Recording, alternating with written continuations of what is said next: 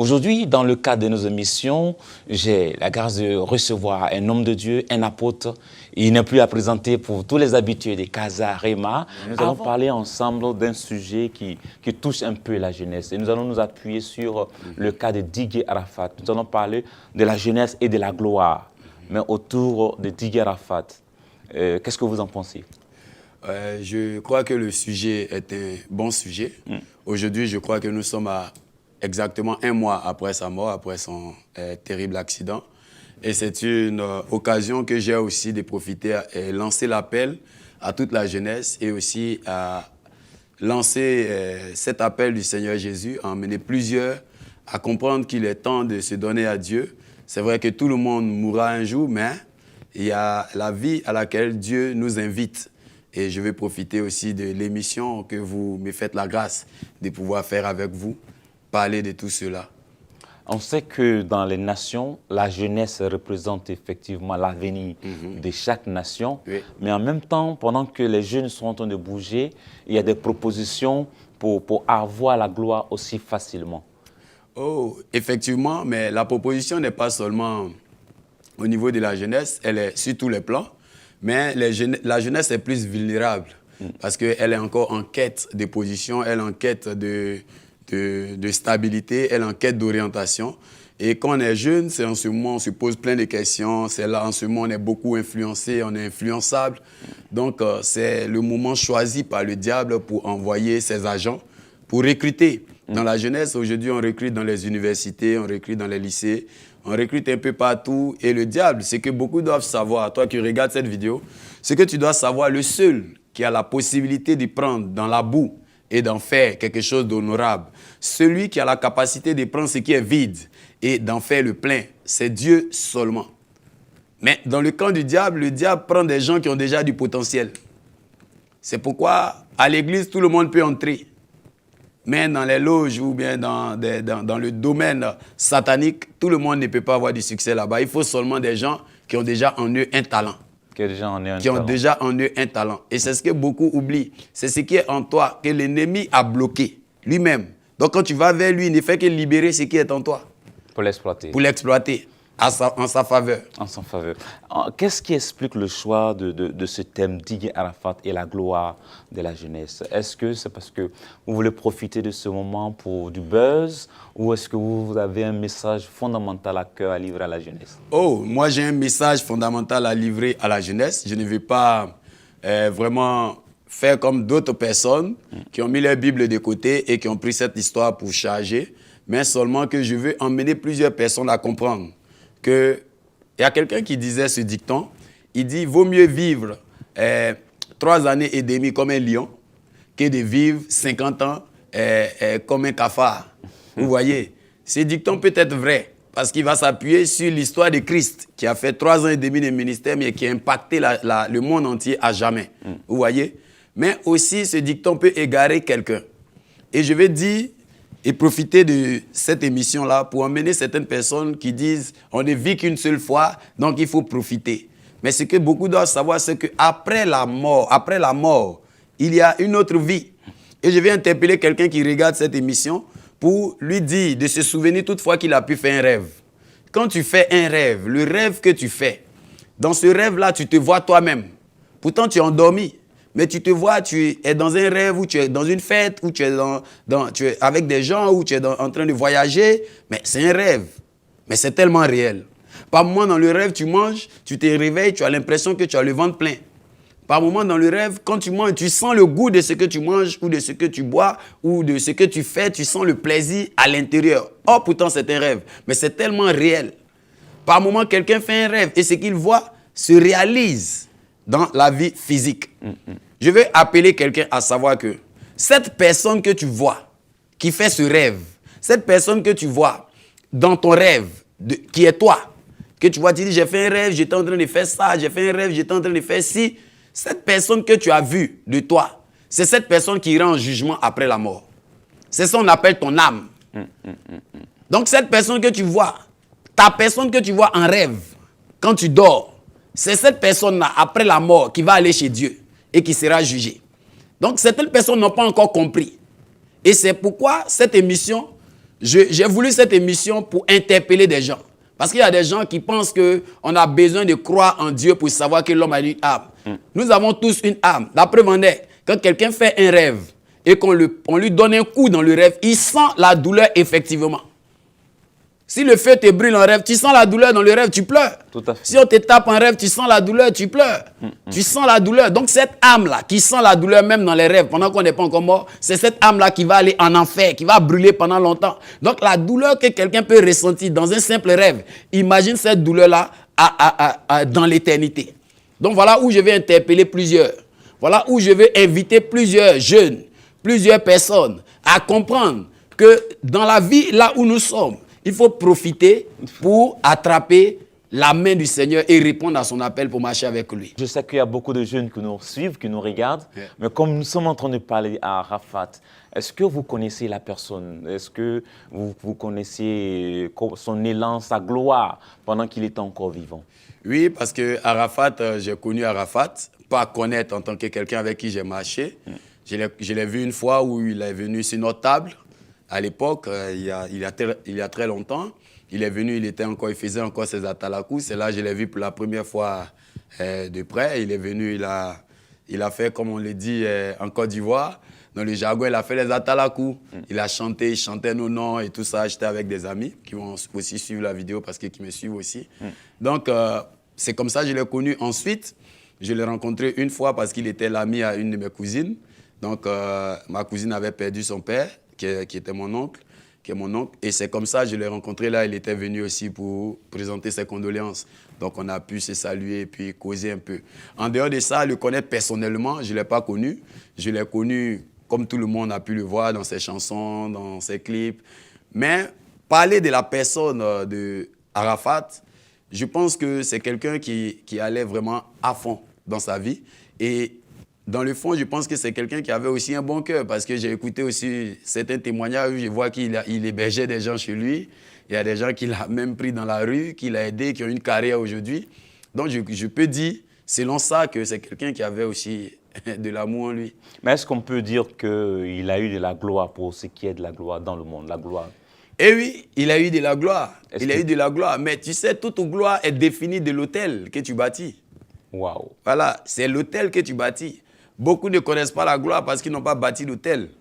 Voilà, nous avons un autel qui parle en permanence, qui est Christ. Voilà, Arafat, lui, il a choisi l'autel de la mort. Qu'est-ce que ça veut dire, l'autel de la mort? C'est sur ça qu'il a bâti sa carrière. Voilà, c'est une réalité, c'est triste. Je ne vais pas choquer les Chinois, mais je vais profiter pour leur lancer un appel, pour donner leur vie au Seigneur Jésus. Voilà, moi, le jour où je quittais Abidjan, c'est la même nuit où je prenais mon vol à l'aéroport d'Abidjan pour rentrer en Suisse. C'est dans la même nuit Arafat DJ a fait son accident. Donc, quand on a fait l'escale, pendant qu'on était en escale, lorsque je me connecte, je vois que Arafat a eu un accident, mais il était dans le coma, il vient de se réveiller et tout. Et lorsque j'arrive à l'aéroport de Genève, je regarde, je vois RIP, repose en paix.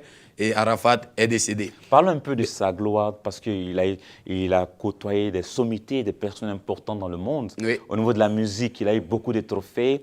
Il a été l'un des rares artistes à Abidjan à faire le plein de comment on appelle ça, la salle la mythique salle du Palais de la Culture. Ouais. Effectivement, mais je vais revenir sur l'autel. Arafat a lancé sa carrière avec une chanson où il parle de Jonathan. Voilà, il a chanté la mort de Jonathan. D'abord, ça peut paraître simple. Tu regardes l'image, c'est beau à écouter, ça le lance. Mais après, tu vas regarder toute sa carrière. Ce n'est pas maintenant Arafat porte des têtes de mort. Toute sa carrière, tu regardes après, il a tout le temps des têtes de mort dans tout ce qu'il fait. Même où il chantait avec l'autre, ils avaient fait un groupe, il avait toujours. Donc tu vois qu'il y avait un autel qui était là, qui n'était pas trop visible, mais que lui, il savait certainement. Mais dans la fin de sa carrière, c'était plus mis en évidence. Des colliers qui étaient symbolisés avec des têtes de mort, des bagues qu'il portait qui étaient des têtes de mort. Vous voyez, c'était plus tangible, c'était plus visible. Il présentait ça plus. Vous voyez. Donc, le trophée, toutes ces choses, toute cette gloire-là, en réalité, elle n'est que vanité. Écoute ce que la Bible dit dans le livre d'Ecclésiaste chapitre 7. Ecclésiaste chapitre 7, la Bible dit ceci. Ecclésiaste chapitre 7, la Bible dit...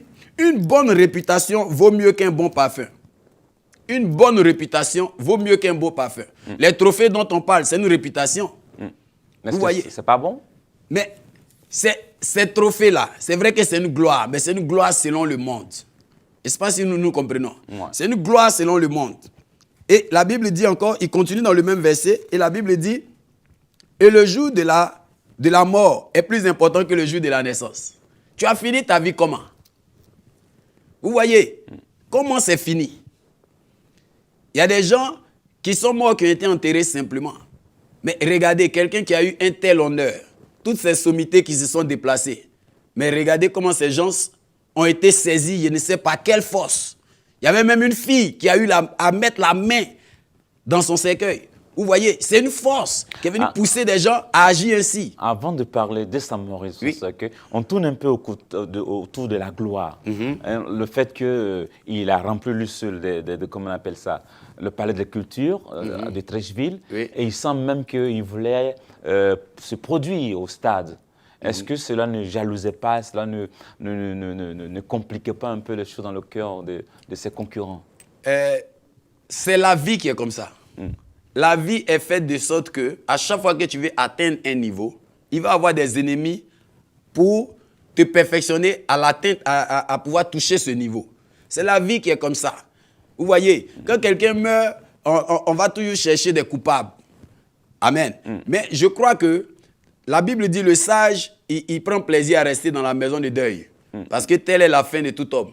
Vous voyez. Donc toute personne va mourir. Celui qui a des ennemis, celui qui n'a pas d'ennemis, celui qui a adoré Dieu, celui qui n'a pas adoré Dieu, celui qui a été humble, celui qui a été orgueilleux, celui qui a été ce modèle, celui qui a une bonne réputation, celui qui a eu la mauvaise, nous allons tous mourir.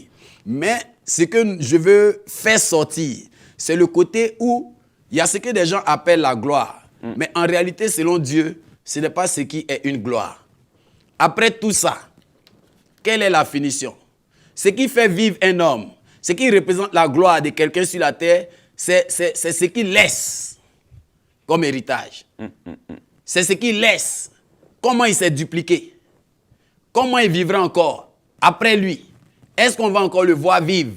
Au niveau même de la gloire, au niveau de ses activités, des rumeurs répandent que les portes lui étaient fermées à chaque fois qu'il avait des invitations et que son nom même était sur la liste. Certaines personnes, je ne sais pas si c'est par jalousie ou c'est par convenance, mais le bloquaient, l'empêchaient. Il est monté, il a même représenté la Côte d'Ivoire dans certaines nations. Il est revenu avec des trophées au niveau national et son étoile montait. Comment est-ce qu'on peut expliquer que cette gloire-là ne l'a pas profité? Cette gloire, il y a des personnes aussi qu'on appelle de grosses têtes. Quand ces personnes sont avec toi, tu peux entrer dans certains endroits. Si ces personnes ne sont pas avec toi, tu n'entres pas. À ce que je sache, ils ont refusé qu'ils mettent ces affiches dans la ville de Cocody, dans la commune de Cocody. Mais à sa mort, ces posters ont été mis dans la commune de Cocody. Donc, il y a une certaine réalité qui est évidente dans la vie de cet artiste. C'est que l'artiste avait des contacts qu'apparemment, il avait perdus. Vous voyez, c'est ce qui a pu aussi agir dans ce sens où les portes étaient un peu fermées. Et dans sa carrière, il a eu beaucoup de succès. Le Palais de la Culture, je crois qu'il a rempli 6 à 7 fois ou 8 fois. Il a rempli plusieurs fois au point qu'il a laissé, il prenait des stades maintenant. Vous voyez, c'est sa carrière. Mais moi, je parle dans le cadre en tant qu'un homme de Dieu. En tant qu'un homme de Dieu. Je parle en tant que quelqu'un qui profite d'une situation et il veut emmener des gens à accepter Dieu. Est-ce qu'on peut vraiment dire que ce qu'il vivait ou ce qu'il a vécu est une gloire qu'on peut rechercher? Ce qu'il a vécu, moi, je n'appelle pas ça une gloire parce qu'il y avait un peu des conflits un peu partout, que ce soit sa famille, que ce soit des amis avec qui il a été, après qu'ils ne sont plus ensemble. Vous voyez, il y avait un peu des problèmes un peu partout. Donc moi, je ne peux pas appeler ça une gloire parce que le bonheur n'a pas de sens quand on n'a personne avec qui le partager. Mais comment expliquez-vous le fait que pendant à sa mort, des sommités se sont déplacées? Mais c'est par rapport à l'impact qu'il a eu à travers sa carrière musicale. Parce que c'est quelqu'un qui était bourré de talents. C'est ce que je disais au départ de cette émission. J'ai dit, le diable ne recrute pas des gens vides. Il prend des gens qui ont en eux un potentiel. C'est quelqu'un qui connaît son travail. C'est quelqu'un qui maîtrisait son art. Donc c'était normal qu'il ait cet impact-là. Et c'est ce qui fait que des sommités ont pu reconnaître en lui quelqu'un qui a du talent. C'est pourquoi ils se sont déplacés. Ce n'est pas des gens qui se sont déplacés à sa mort. C'est des gens qui côtoyaient pendant qu'il était en vie. C'est pourquoi ils se sont déplacés à sa mort. Vous voyez? Donc c'est pour dire que cette gloire-là, En réalité, selon ce monde, c'est une gloire. Mais la Bible dit que sert-il à un homme de gagner le monde entier s'il perd son âme? Quelqu'un a mis une vidéo, il a dit non, il est allé à l'église. Mais le jour, il partait à l'église. Il allait prier ou bien il voulait montrer aux gens qui partaient à l'église. Parce que tout le culte, il était en direct. Il n'est pas allé vraiment pour prier. Il est allé pour donner peut-être une bonne image. Et c'est cet appel qu'il veut lancer à la jeunesse. Parce qu'il y a des gens aujourd'hui, ils vont à l'église pour se donner bonne conscience. Il y a des gens, tu regardes, tu les suis. Souvent, ils font des posts juste, mais Jésus-Christ, pour faire croire aux gens qu'eux aussi, ils croient en Dieu. Non. La marche avec Dieu, c'est un combat. La marche avec Dieu, c'est une décision. Vous voyez. Par rapport à la mort de Didier Arafat, homme de Dieu, est-ce que vous avez entendu certains hommes de Dieu en parler, donner des commentaires, faire une analyse spirituelle, etc. et tout ça? J'ai aimé l'analyse d'un papa dans le pays, l'archevêque Kodja, qui est un patriarche. Et puis, j'ai aimé beaucoup le message qu'il a lancé. Je l'ai écouté et réécouté plusieurs fois. J'ai beaucoup aimé. Par contre, j'ai vu d'autres personnes qui ont profité pour chercher à se faire connaître ou à se faire entendre. Dans tout ce qu'il disait, je ne voyais même pas des propos qui ramenaient à la parole de Dieu, mais qui se font appeler aussi hommes de Dieu. Et j'ai vu certaines personnes, il y a eu le pasteur qui a reçu le mandat de prier pour la résurrection. La résurrection. Et, à vrai dire, moi je crois que si on l'avait laissé, quelque chose aurait pu se passer. Parce que je suis quelqu'un qui croit au surnaturel en fait. Voilà. S'il doit me mettre en tant que pasteur, en tant que quelqu'un qui se met à citer les miracles de la Bible, et je vois ce genre de quelqu'un qui reçoit un message, et je dis non, il veut se faire voir, c'est que moi-même, je contredis la Bible. Vous voyez, il n'a pas été mis devant les faits, donc je ne peux pas lui donner tort. Okay. Si, peut-être que Dieu a vu l'amour que les fans ont pour ce monsieur, et Dieu a suscité quelqu'un pour aller prier, mais il n'a pas pu prier. Donc, on ne doit pas lui jeter la pierre. Mais maintenant, on s'est rendu compte que des personnes, les autorités avaient pris en compte sa mort. Ils l'ont enterré et tout. Mais curieusement, des jeunes, on parle des Chinois, qui sont venus le déterrer, le fouiller, etc. et tout. Quel commentaire faites-vous? Ils sont amoureux de leur artiste. Ils sont amoureux de leur artiste. Vous voyez, ils aiment leur artiste. D'autres disent c'est un complot, ils ont été envoyés pour venir l'humilier. Non. Ils aiment leur artiste et pendant tous les funérailles, ils n'ont pas pu avoir accès à son corps. Et le comble, c'est qu'il a été rasé. Vous voyez, il a été rasé. Or, quand quelqu'un subit un choc, pour pouvoir faire les examens, il faut raser la personne. Il faut raser la personne, c'est normal, c'est la procédure dans les hôpitaux. Mais eux, ils n'ont pas reçu cette information. Donc, pour eux, ce n'est pas leur artiste.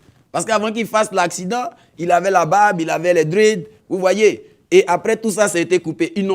À aucun moment, on a cherché à les rassurer dans ce sens. Peut-être même leur donner de pouvoir bien voir le corps. Vous voyez, la maman qui venait pour voir le corps, le cercueil a été fermé avant qu'elle n'arrive. Et quand elle a fini de pleurer, on a réouvert le cercueil. Tout ça, c'est des scènes qu'ils ont regardées et ils se sont dit certainement ce n'est pas lui. Or, peut-être, on a pu constater que la mère ne voulait pas partir. Si le cercueil était ouvert, peut-être qu'elle allait mettre les mains et saisir le corps de son fils. Parce que ça fait mal, c'est son fils unique. Mais pendant la veillée, est-ce que le corps n'avait pas été exposé pour que quiconque... Il a été exposé. Mais ce n'est pas tout le monde. Quand on dit les Chinois, ce n'est pas ceux qui sont montés sur l'estrade pour aller voir le corps. Ça, c'était les autorités, tout ça qui sont venus. Mais les Chinois, ceux qui étaient dans la foule, n'ont pas pu avoir cet accès-là. Vous voyez, ils n'ont pas été rassurés. Donc, ce qu'ils auraient dû faire, c'était de protéger peut-être la tombe. Mais, hélas. Hélas. Mais est-ce que le fait qu'il ait été déterré, par exemple, par ces jeunes-là, fait partie aussi de la gloire? Bon, c'est la fin de tout homme. La Bible dit la fin de toute chose vaut mieux que son commencement. Vous voyez, et les funérailles qu'il a eues, et puis comment ça a fini, c'était quelqu'un qui réagissait beaucoup. Quand tu lui fais quelque chose, il réagit. Vous voyez, quand j'ai regardé la vidéo, ce qui m'a fait mal, j'ai dit, dans ce monde, tu peux être quelqu'un qui se débat, mais la mort reste la mort. Vous voyez? Est-ce que si lui, il était en vie, des gens peuvent se lever pour venir lui le toucher comme ça? Ils ne peuvent pas. Ils ne peuvent pas venir le toucher comme ça. Mais on a vu la limite de tout homme. On a vu comment les gens étaient en train de tirer ces trucs et tout ça. Et puis il était couché, il ne pouvait rien faire. Voilà la finition de tout homme. Voilà la finition de tout être humain. Aujourd'hui, tu peux sauter. Aujourd'hui, tu peux faire tout ce que tu as fait. Je suis sur le plateau, je suis en train de parler, répondre aux questions. Il va arriver un jour où tu es là, tu ne peux plus rien faire. Vous voyez? Donc, chacun doit regarder ça et puis se dire, ah, vanité des vanités. Tout est vanité. Malgré toute la gloire, les honneurs, malgré toutes les décorations. Mais son corps est resté sans force devant des gens acharnés. Vous voyez un peu. Est-ce qu'il y a un message que vous pouvez lancer à la jeunesse par rapport à tout ce qui s'est passé pour ne pas que ces jeunes ratent la vie éternelle? Le message que je peux lancer à la jeunesse, je vais emmener tout jeune, toi jeune qui est en train de regarder cette vidéo, toi jeune qui est en train de suivre cette vidéo, moi je veux véritablement t'inviter à donner ta vie au Seigneur. La gloire de ce monde n'est que vanité. La gloire que nous voyons n'est que passagère. Ce qui va te faire vivre et te faire demeurer à tout jamais, c'est d'attacher ton cœur à Jésus de Nazareth. Il y avait 12 personnes qui ont suivi Jésus, mais jusqu'à aujourd'hui, on parle d'eux sur la planète. Il y avait tous ceux qui ont pu s'attacher au Christ, au message de Christ, ont pu s'inscrire dans la logique des biens durables. Vous voyez, on a pu voir ces personnes qui ont été des sommités, mais aujourd'hui, on ne parle plus d'eux, on ne parle plus d'elles. Vous voyez, aujourd'hui, on en parle. Aujourd'hui, on a un mois, on n'en parle plus trop. On va avancer, on n'en parlera plus trop. Le soleil s'est levé comme prévu. Chacun est venu pleurer, chacun a pris sa route. Chacun est allé faire ses activités. Il n'y a pas quelqu'un qui s'est privé de quoi que ce soit à cause de sa mort. La vie a continué. La vie a continué. Donc, chacun doit prendre conscience. Chacun doit prendre conscience pour chercher à reconnaître qu'il y a un moment où il faut s'asseoir et il faut se réconcilier avec Dieu. Dans la vie, là, il y a des choses que tu peux vivre dans ta jeunesse. Mais c'est dans ta jeunesse que tu dois te donner à Dieu. Parce que c'est pendant que tu es jeune que tu peux gêner. C'est pendant que tu es jeune, tu peux subir les épreuves. C'est pendant que tu es jeune, tu peux affronter les douleurs de la maladie. C'est pendant que tu es jeune, tu peux résister à certaines peines, à certaines frustrations. Pourquoi? Parce que tu as le temps de pouvoir rattraper ces périodes-là. Donc, il y a certaines personnes qui n'ont pas compris. Et ils disent, l'Éternel a dit, jeune, réjouis-toi de ta jeunesse, mais souviens-toi quand tu vas rendre compte. Mais quand il dit réjouis-toi de ta jeunesse, il veut dire que c'est pendant ta jeunesse que tu auras la force d'aller loin. D'aller loin. C'est que tu auras la force de pouvoir réaliser tes ambitions, tes projets. C'est pourquoi Jésus a dit qu'on ne peut pas mettre un vin nouveau dans un ancien pot. On met un vin nouveau dans un nouveau pot. Donc c'est pendant que tu es jeune que Dieu va investir en toi. Afin que pendant que tu prends de l'âge, aussi le dépôt de Dieu en toi se fermente. Et il se perfectionne. Il se perfectionne. Apôtre, est-ce qu'il y a des annonces à faire parce que nous tirons vers la fin de l'émission? Il y a aussi des jeunes en Suisse qui vous attendent, des jeunes ici en Europe pendant que vous êtes de passage. Oui, moi je vais profiter pour lancer un appel aux jeunes de l'Europe. Les jeunes de l'Europe, ils sont spécialistes dans l'endettement. Parce qu'ils se disent, ils sont jeunes, ils s'amusent et tout et tout. Après, ils se retrouvent un matin, ils se retrouvent avec des dettes où ils ont 30 ans, 40 ans, ils se retrouvent avec des dettes sur de 40 000 euros, 50 000 euros. Ils disent, ils ne savent même pas. Mais dans ta période d'inconscience, s'il y a un endroit où les erreurs sont payées cash, c'est en Europe.